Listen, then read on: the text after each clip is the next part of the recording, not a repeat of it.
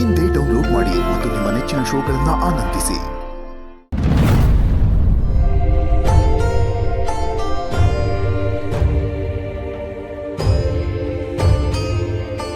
ನಮ್ಮನ್ನೆಲ್ಲ ಬಿಟ್ಟು ಹೋಗಕ್ಕಾಗದೆ ಸ್ನೇಹನು ಒಡಲು ತುಂಬಿ ನಮಗೆಲ್ಲ ಚೈತನ್ಯ ಕೊಟ್ರಿ ಅಂದ್ಕೊಂಡೆ.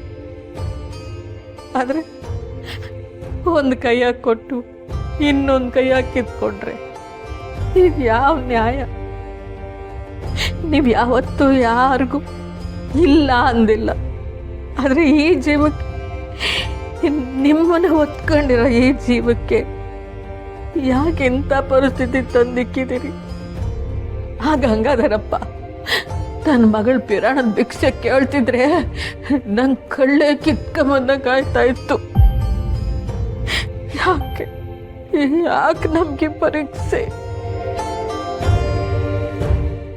ನಿಮ್ಮನ್ನ ಎತ್ತು ಆ ಹುಡುಗಿ ಜೀವ ಬಿಟ್ಲು ಅನ್ನೋ ಕಳಂಕ ನಿಮಗೆ ಬೇಕೇ?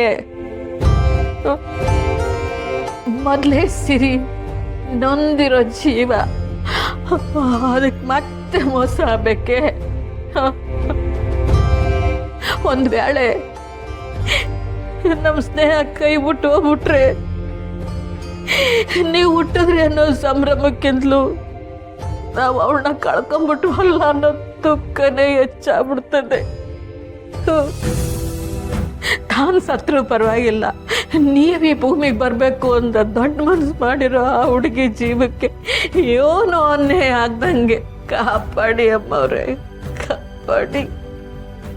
ಸ್ನೇಹ ಈಗ ಸಿರಿಗೆ ಎಂಡ್ರು ಮಾತ್ರ ಅಲ್ಲ ಅಮ್ಮವ್ರೆ, ನಿಮ್ಮರು ಜನ್ಮಕ್ಕೆ ಕಾರಣ ಆಗಿರೋ ತಾಯಿ.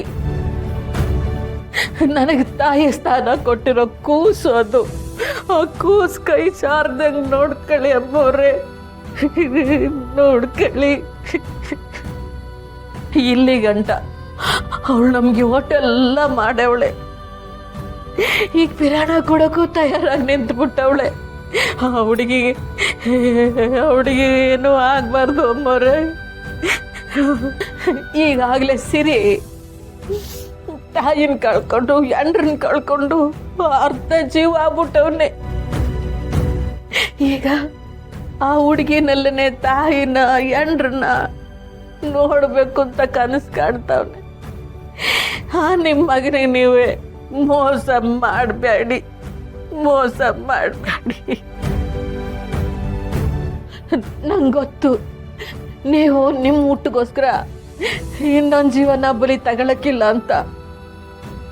ನಿಮ್ಮಂಥ ಶಕ್ತಿ ದೇವತೆನೇ ಅವಳು ಹೊಟ್ಟೆ ಒಳಗಡೆ ಒತ್ಕೊಂಡವಳೆ ಅಂದರೆ ಅವಳು ಸಹಿತ ಶಕ್ತಿವಂತೆಯಾಗಿ ಗಟ್ಟಿಗೆತ್ತಿಯಾಗಿ ಬಾಳ್ಬೇಕು.